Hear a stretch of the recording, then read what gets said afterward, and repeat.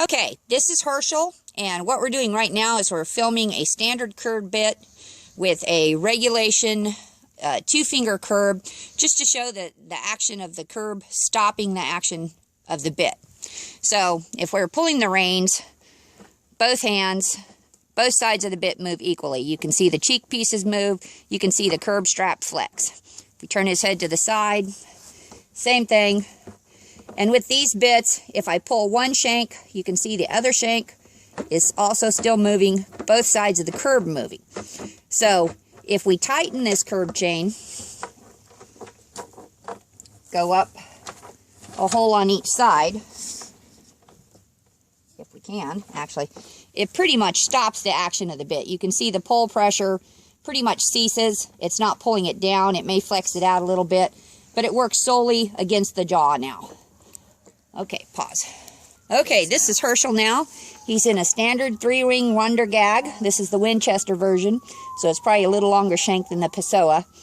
But anyhow, this is going to be showing not only the action of the bit, but the action of what happens when you tighten the curb. As you can see, the curb strap sits quite a bit higher up on this, and the ring has quite a bit of room to slide.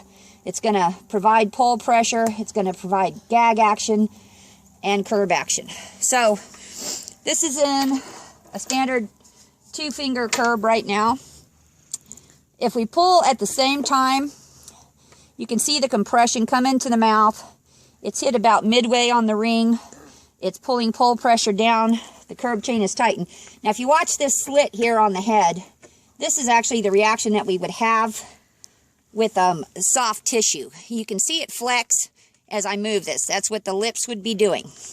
Now, you can see that there's a ratchet action because I can keep pulling this, and as long as that tissue flexes, those cannons continue to go up. So this is loose at the point of, or rather it's tightened at the point that there's no more stretch in the curb chain, but if I keep going, see, I can just ratchet that thing up.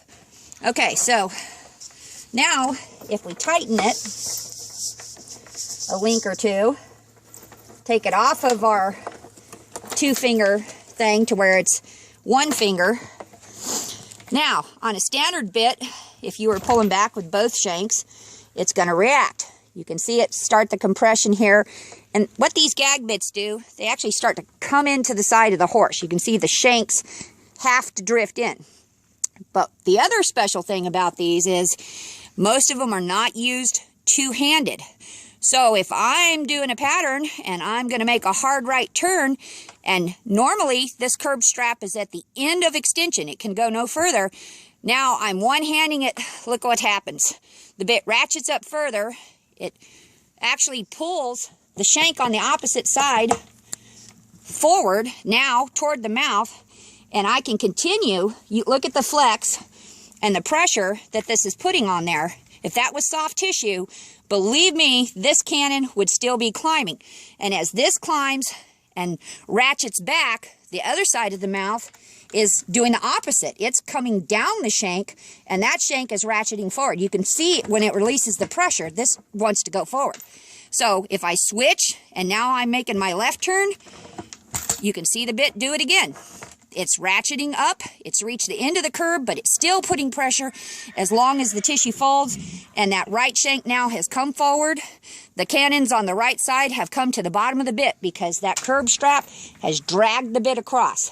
So these are ratchet bits, and unless you're using them two-handed at all times, they're going to torque in the mouth, and they're still going to have the ability to apply pressure to the opposite lip.